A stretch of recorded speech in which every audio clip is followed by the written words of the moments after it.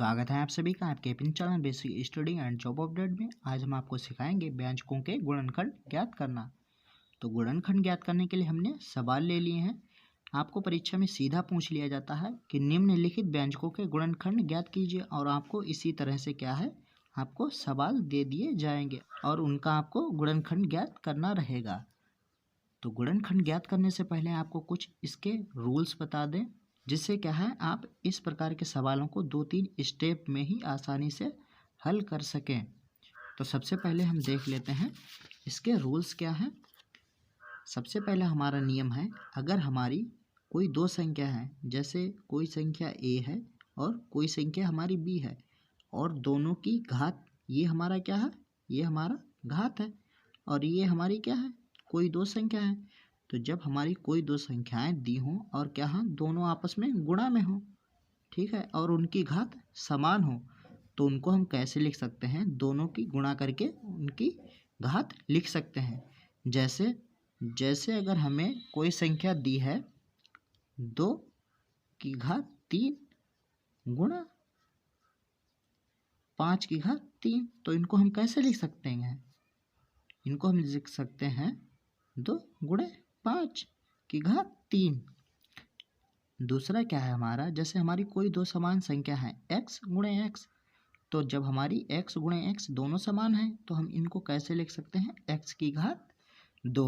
अब देख लेते हैं तीसरा, जिसमें क्या है, अगर हमारा जैसे कोई संख्या दी है, समान संख्या है, यहाँ पे क्या है 2 गुणे 2, तो ये क्या है, दोनों समान संख्या है, तो इनको हम कैसे लिख सकते हैं, 2 की घात 2। इसी प्रकार अगर 3 गुणा 3 है तो इसको कैसे लिखेंगे, 3 की घात 2। अगर हमारा 4 गुणे 4 है तो इसको कैसे लिख लेंगे, 4 की घात 2। इसी प्रकार जैसे कोई भी संख्या हो और दोनों संख्याएं हमारी सेम हो और उनकी गुणा हो रही हो, तो हम उनको कैसे लिख सकते हैं, उस संख्या की घात 2। तो अब हम कर लेते हैं इन व्यंजकों के गुणनखंड। तो सबसे पहला कौन सा है हमारा, 9x की घात 2 माइनस 25y की घात 2। इसमें हम क्या करेंगे, सबसे पहले तो हम 9 को टुकड़ों में तोड़ लेंगे, फिर क्या करेंगे 25 को टुकड़ों में तोड़ के इनके गुणनखंड करेंगे। कैसे करेंगे देखते हैं। तो हम 9 को कैसे लिख लेंगे, 3 गुणा 3, क्योंकि 3 तिया 9, तो हमने 9 को 3 गुणा 3 में लिख लिया, गुणा एक्स स्क्वायर है, एक्स स्क्वायर माइनस माइनस लगा दिया। 25 को कैसे लिख लेंगे, 5 गुणा 5, 5 गुणा 5, क्योंकि 25 बाई की घात 2 है, तो बाई की घात 2। अब हमने आपको क्या बताया, कोई जब समान संख्याएं दो हों और उनकी गुणा हो रही है तो हम उनको कैसे लिख लेते हैं। जैसे यहाँ पे 3 गुणा 3 है, तो हम इनको कैसे लिख सकते हैं, 3 की घात 2। और 5 गुणा 5 को कैसे लिख लेंगे, 5 गुणा 5 को लिख लेंगे 5 की घात 2। तो यहाँ पे हम लिख लेंगे 3 गुणा 3 को 3 की घात 2 गुणा x की घात 2 है, माइनस 5 गुणा 5 को कैसे लिख लेंगे, 5 की घात 2 गुणे y की घात 2। अब हमने अभी आपको सूत्र बताया, जब कोई दो संख्याएं हों और उनकी घात समान हो तो उनको कैसे लिख लेते हैं। जैसे हमने अभी आपको बताया था a की घात m गुणे b की घात m, तो इनको कैसे लिख लेते थे, a b की घात m। अब यहाँ पे क्या है, हमारा 3 की घात 2 है और x की घात 2 है, तो हम कैसे लिख लेंगे, 3x की घात 2, 3x की घात 2। और यहाँ भी क्या है हमारा, यहाँ 5 की घात 2 और y की घात 2 है, तो इसको कैसे लिख लेंगे, 5y की घात 2। इस वाले नियम से हम इनको कैसे लिख लेंगे, 3x की घात 2 और माइनस 5y की घात 2। अब आपने एक सूत्र पढ़ा होगा, कौन सा, a की घात 2 माइनस b की घात 2 बराबर क्या होता था, a प्लस b और a माइनस b, यानी a की घात 2 माइनस b की घात 2 को हम कैसे लिख सकते थे, एक बार प्लस में लिख लेते थे और एक बार माइनस में। तो यहाँ भी क्या है हमारा, a की जगह पे हमारा क्या है, a की जगह पे हमारा क्या है 3x है, और b की जगह पे हमारा क्या है 5y। तो इसको क्या करेंगे, जब हमारा ए की घात 2 माइनस बी की घात 2 बराबर होता है, तो क्या होता है, एक बार हम इसको प्लस में लिख लेते हैं और एक बार माइनस में। तो हम इसको क्या करेंगे, 3x की घात 2 माइनस 5y की घात 2 को कैसे लिख लेंगे, एक बार हम इनको प्लस में लिख लेंगे और एक बार माइनस में। तो 3x प्लस 5y और एक बार माइनस में लिख लेंगे, तो 3x माइनस 5y। यही क्या हो गया, यही हमारे गुणनखंड हो गए, यही इसका आंसर हो गया। अब यहाँ पे हम देख लेते हैं दूसरा सवाल। दूसरा सवाल हमारा क्या है, 16 माइनस 81 बाई की घात 2। इसके भी हम क्या करेंगे, गुणनखंड करेंगे। तो सबसे पहले हम 16 को तोड़ लेंगे 4 गुणा 4 में और 81 को तोड़ लेंगे 9 गुणा 9 में। तो 16 को हम तोड़ लेते हैं 4 गुणा 4, क्योंकि 4 और 4 की गुणा कितनी आएगी हमारी, 16 आएगी। तो हम 16 को 4 गुणा 4 में तोड़ लेंगे और 81 को कैसे तोड़ लेंगे, 9 गुणा 9 में, क्योंकि 9 ने 81। तो 9 गुणा 9 में हमने तोड़ लिया, तो 9 ने 81 और बाई की घात 2 है, तो बाई की घात 2। अब हम 4 गुणा 4 को कैसे लिख सकते हैं, 4 की घात 2 लिख सकते हैं और माइनस का चिन्ह है माइनस। और 9 गुणा 9 को कैसे लिख सकते हैं, 9 की घात 2 गुणा बाई की घात 2। अब क्या है हमारा, 4 की घात 2 माइनस 9 की घात 2 गुणे बाई की घात 2 को हम कैसे लिख सकते हैं, यानी a की घात m और b की घात m से है ये हमारा सूत्र होता है। अब हम क्या कर लेंगे, 9 की घात 2 गुणे बाई की घात 2 को इस सूत्र से कैसे लिख सकते हैं, 9 बाई की घात 2 लिख सकते हैं, क्योंकि इस वाले सूत्र से हम क्या करेंगे, इसको हम कैसे लिख सकते हैं, 9 बाई की घात 2 लिख सकते हैं। अब ये हमारा सूत्र बन गया a की घात 2 माइनस b की घात 2।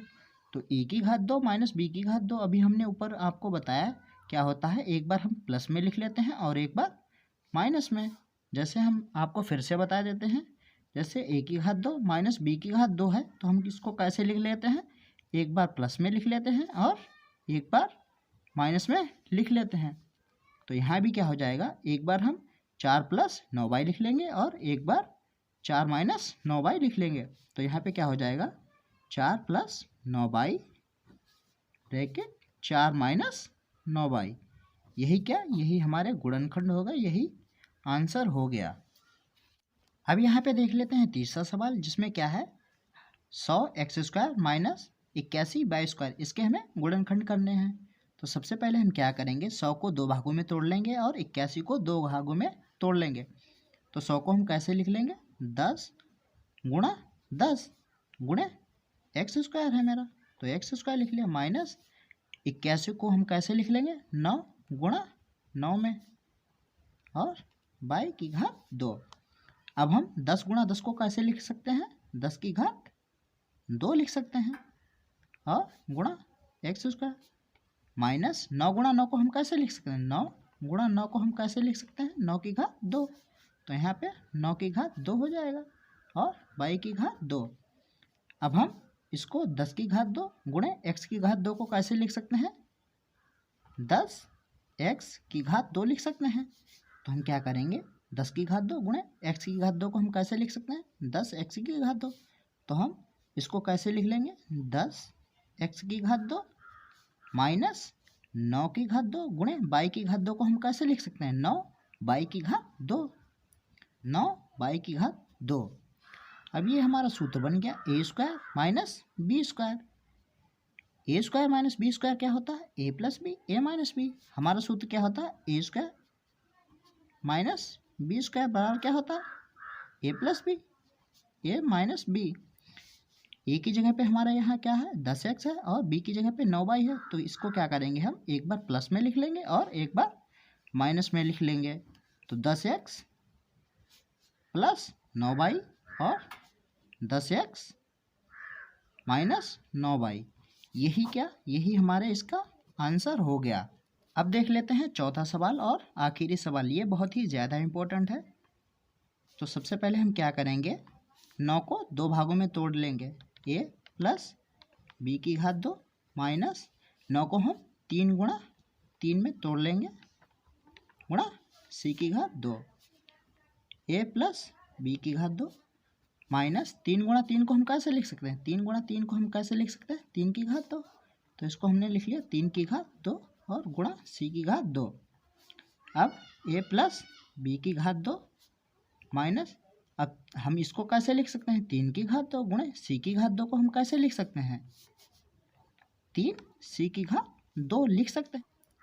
अब ये हमारा सूत्र बन गया a की घात 2 माइनस b की घात 2, यानी a की जगह पे हमारा कितना है, a की जगह पे हमारा ये इस बार a प्लस बी, यानी ये पूरा है a की जगह पे, और b की जगह पे हमारा कितना है 3c। तो क्या करेंगे, एक बार इसको प्लस में लिख लेंगे दोनों को और एक बार माइनस में। तो a प्लस बी, ये तो a हो गया और प्लस b यानी 3c, और फिर क्या करेंगे एक बार माइनस में यानी a माइनस बी। तो a क्या है हमारा, a हमारा ये पूरा है a प्लस बी, तो a माइनस बी, तो माइनस बी में कितना है हमारा 3c। तो यही क्या हो जाएगा, यही हमारा आंसर हो जाएगा। अगर आपको वीडियो अच्छी लगे तो वीडियो को लाइक और चैनल को सब्सक्राइब जरूर करें।